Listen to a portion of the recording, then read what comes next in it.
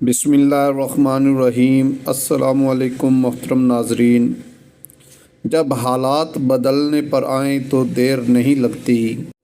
عبدالغفور ہماری لاہور کی مل میں ملازم تھا۔ وہ بلا کا کام چور، سست اور دھوکے باز تھا۔ وہ مل کے گندم اور آٹا چوری کر کے بھی بیچ دیتا تھا۔ کام میں بھی سستی کرتا تھا اور وہ جی بھر کر نکھٹو بھی تھا۔ ہم نے کئی بار اسے نکالنے کا فیصلہ کیا، لیکن پھر میں اپنے والد کی وجہ سے رک جاتا تھا۔ میرے والد نے نصیحت کی تھی کہ میرے بعد کسی ملازم کو نوکری سے نہیں نکالنا۔ عبدالغفور مجھے والد کی طرف سے ورثے میں ملا تھا، چنانچہ میں اسے برداشت کرنے پر مجبور تھا۔ عبدالغفور کو زندگی میں کسی نے کبھی نماز پڑھتے دیکھا تھا اور نہ ہی کوئی نیکی کا کام کرتے۔ وہ دبا کر سگریٹ بھی پیتا تھا اور چرس بھی۔ وہ پوری زندگی مقروض بھی رہا تھا۔ ہم ہر سال اپنے ایک ملازم کو حج پر بھجواتے تھے۔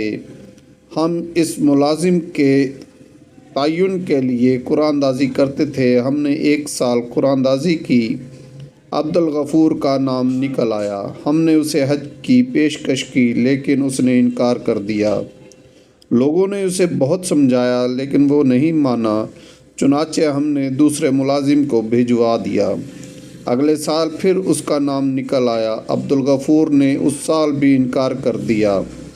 ہم نے دوبارہ قرآن اندازی کی، دوسری بار پھر اس کا نام آ گیا۔ ہم نے تیسری قرآن اندازی کی، پھر عبدالغفور کا نام آ گیا۔ ہم نے تجربے کے لیے مرتبہ میں چوتھی مرتبہ عبدالغفور کی پرچی نہ ڈالی اور اس کی جگہ خالی پرچی ڈال دی۔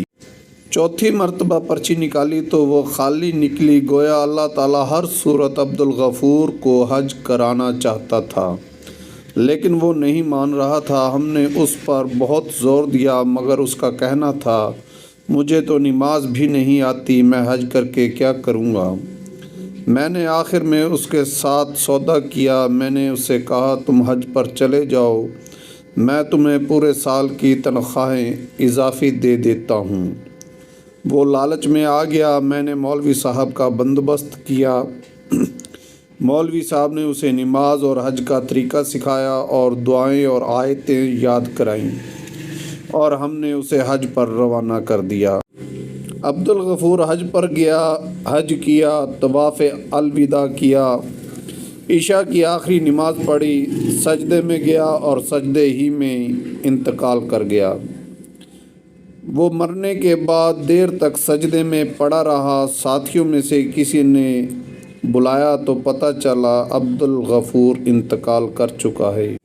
آپ اللہ کے فیصلے دیکھیے، اس رات امام کعبہ کا انتقال بھی ہو گیا۔ اگلی صبح امام کعبہ کا جنازہ تھا۔ عبدالغفور کی میت بھی امام کعبہ کے ساتھ حجر اسود کے سامنے رکھ دی گئی اور لاکھوں حاجیوں نے اس کا جنازہ پڑھا۔ ہمیں اطلاع دی گئی، ہم سے نعش کے بارے میں پوچھا گیا۔ ہم نے اس کی بیگم سے پوچھا۔ بیگم کا کہنا تھا اللہ تعالیٰ نے اگر اس سے خانہ کعبہ بلایا ہے تو پھر اس کی تدفین بھی مکہ میں کر دی جائے۔ ہم نے اس کی تدفین کی اجازت دے دی اور یوں وہ مکہ مکرمہ میں دفن کر دیا گیا۔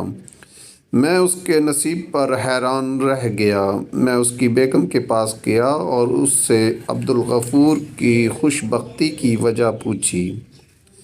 اس کی بیگم نے ایک عجیب بات بتائی۔ اس کا کہنا تھا میرے خاوند میں کوئی خوبی نہیں تھی، اس نے زندگی میں کبھی کوئی نیکی نہیں کی۔ میں خود حیران تھی، اللہ تعالیٰ نے اسے کس نیکی کا صلہ دیا۔ میں کئی دن سوچتی رہی، پھر مجھے اچانک اس کی ایک اچھی عادت یاد آئی۔ ہمارے محلے میں ایک خوبصورت بیوہ ہے، یہ جوانی میں بیوہ ہو گئی تھی۔ محلے کے تمام لوفر اس پر بری نظر ڈالتے تھے۔ اس کی 2 چھوٹی بیٹیاں تھیں۔ مکان اس کا مرحوم خاوند دے گیا تھا۔ گھر کے اخراجات اس کے دیور نے اٹھا لیے تھے، لیکن مہنگائی میں اس کا گزارا نہیں ہوتا تھا۔ وہ اپنی بیٹیوں کو پڑھانا چاہتی تھی۔ وہ اس کے لیے دوسروں کے گھروں میں کام کرنے جاتی تھی، لیکن وہ جہاں جاتی تھی لوگ وہاں اس کی عزت پر ہاتھ ڈال دیتے تھے، چنانچہ وہ کام چھوڑنے پر مجبور ہو جاتی تھی۔ میرے خاوند کو پتہ چلا تو وہ اس کی ڈھال بن گیا۔ اس نے اسے اپنی بہن بنا لیا۔ اس نے اپنی منہ بولی بہن کو گھر بٹھایا اور اس کی دونوں بیٹیوں کو اسکول داخل کروا دیا۔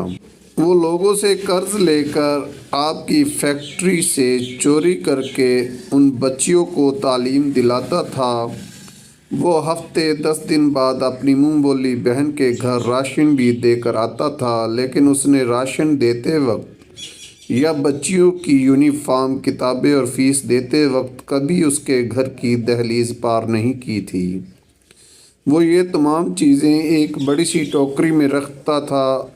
وہ ٹوکری بیوہ کی دہلیز پر رکھتا تھا، دروازے پر دستک دیتا تھا اور کہتا تھا مریم بہن میں نے سامان باہر رکھ دیا ہے، آپ اٹھا لیں۔ اور وہ مریم سامان اٹھاتے وقت ہمیشہ کہتی تھی جا میرے بھائی، اللہ تعالیٰ تمہارا خاتمہ ایمان پر کرے۔ ہمیں یہ دعا عجیب لگتی تھی لیکن ہم چپ رہتے تھے۔ آپ نے اسے پچھلے سال بھی حج پر بھجوانے کی کوشش کی، لیکن اس نے یہ سوچ کر انکار کر دیا وہ اگر سعودی عرب چلا گیا تو مریم بہن خود کو بے آسرا محسوس کرے گی۔ وہ اس بار بھی نہیں جانا چاہتا تھا، لیکن آپ نے اسے پورے سال کی اضافی تنخواہ دے دی۔ عبدالغفور نے وہ ساری رقم مریم بہن کو دے دی۔ وہ حج پر چلا گیا، اس کا وقت پورا ہو چکا تھا، چنانچہ اللہ تعالیٰ نے اسے زبردستی مکہ بلوایا۔ مریم بہن کی دعا قبول ہوئی اور میرا خاوند ایمان کی عظیم حالت میں اللہ تعالیٰ کے پاس چلا گیا۔ آپ حیران ہوں گے، مریم بہن نے جب یہ خبر سنی تو اس کے منہ سے بے اختیار شکر الحمدللہ نکل گیا۔ وہ رکے، چند لمحے سانس لیے اور پھر گویا ہوئے۔ میں یہ داستان سن کر سکتے میں آ گیا۔ میں اس کے بعد مریم بہن کے گھر گیا اور میں نے عبدالغفور کی طرح اس خاندان کی ذمہ داری اٹھا لی۔ میں اس دن سے مریم بہن، عبدالغفور کی بیگم اور اپنے تمام دوستوں سے درخواست کر رہا ہوں آپ میرے لیے دعا کریں، اللہ مجھے عبدالغفور کی موت نصیب کر دے۔ میں خود بھی دن میں سینکڑوں مرتبہ ایمان پر خاتمے کی دعا کرتا ہوں۔ میں نے زندگی میں کبھی حج نہیں کیا۔ میں 15 سال عبدالغفور کی طرح بلاوے کا انتظار کرتا رہا۔ اللہ تعالیٰ نے بالآخر میری بھی سن لی، چنانچہ مجھے بھی عبدالغفور کی طرح زبردستی طلب کیا جا رہا ہے۔ میں جا رہا ہوں، مجھے یقین ہے اللہ مجھے عبدالغفور جیسی موت دے گا۔ وہ رکے، خوشی کے آنسو پونچھے، مجھے سینے سے لگایا اور اپنے بیڈ روم میں چلے گئے۔ میں دیر تک ان کے ڈرائنگ روم میں حیران پریشان بیٹھا رہا۔ وہ چند دن بعد حج پر تشریف لے گئے، حج کیا، مدینہ منورہ تشریف لے گئے، حج کی نماز کے لیے مسجد نبوی گئے، سجدے میں گئے اور اللہ تعالیٰ نے انہیں بلا لیا۔ وہ جنت البقیع میں صحابہ کرام کی قربت میں دفن ہوئے۔ اللہ تعالیٰ نے انہیں بھی عبدالغفور کی موت نصیب کر دی۔ اس سبق آموز واقعے سے ایک بات واضح ہو جاتی ہے کہ حقوق العباد یعنی بندوں کے حقوق کا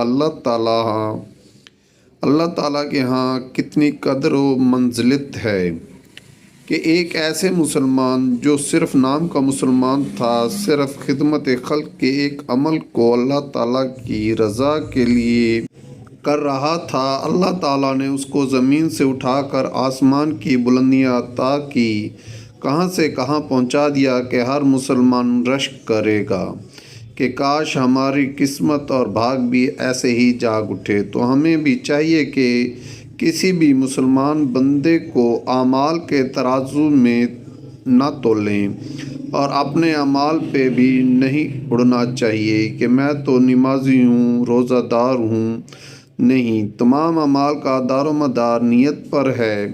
بے شک خدمت خلق سے وابستہ عمل معمولی ہو، صرف اللہ تعالیٰ کی رضا کے لیے ہو۔ اگر کوئی بھی عمل بے لوث اور خلوص نیت اور دل سے انجام دیے جائیں تو کیا معلوم اللہ تعالیٰ ہم سب کی آخرت بھی ایسے ہی سنوار دے۔ اللہ تعالیٰ ہم سب کا خاتمہ ایمان کے ساتھ اور اسی حالت میں فرمائے کہ وہ ہم پر راضی ہو۔ آمین ثم آمین یا رب العالمین۔